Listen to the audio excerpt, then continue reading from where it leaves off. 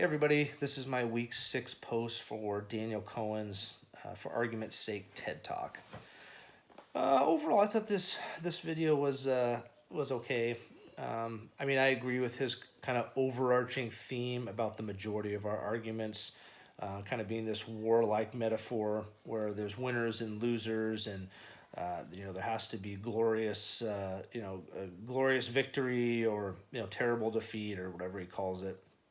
And I like his kind of general, kind of positive outlook about we need to shift that and kind of take away where if we're on the kind of the losing side of it, are you really a loser if you gain something out of it and learn a new perspective about something?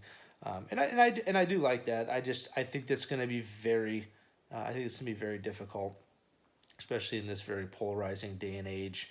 I think a lot of us are very rooted in kind of what we believe in, and when we enter into an argument, it's like two rams like locking horns, and a lot of times it's very difficult. And so, he talks about active disagreement. I think a lot of us just kind of agree to disagree when we kind of bow out of those. So I think that's going to be a very difficult kind of mold to break.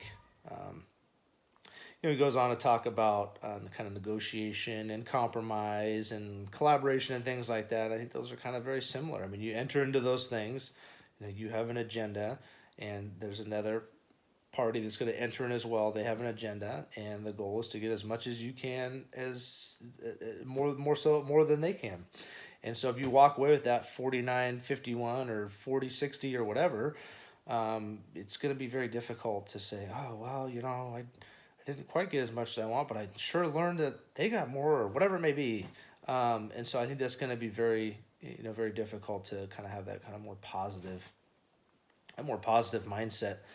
And I know, like, for me, like at work, like, I've had to, testify in front of juries, like he mentions in his video, and those are very much like A versus B, and you are on one side, and you're, giving your accounts of something, and side B is trying to counter that, and at the very end of that, you're looking for a positive outcome or a favorable outcome or whatever you want to call it, and if it goes in your favor, it feels like a glorious victory, and if it doesn't, it feels like a terrible defeat.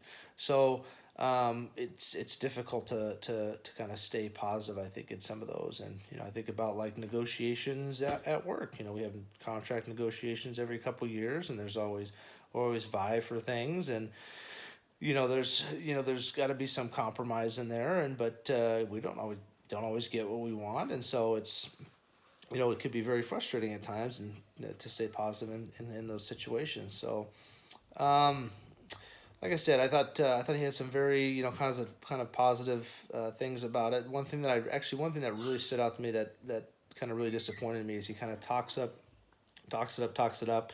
He talks about having like an exit strategy, but he's like, but we first got to have better entry strategies, and he talks it up, and he's about to just give us this bombshell revelation, and then he's like, yeah, I don't have that answer. And I was like, oh, dang it.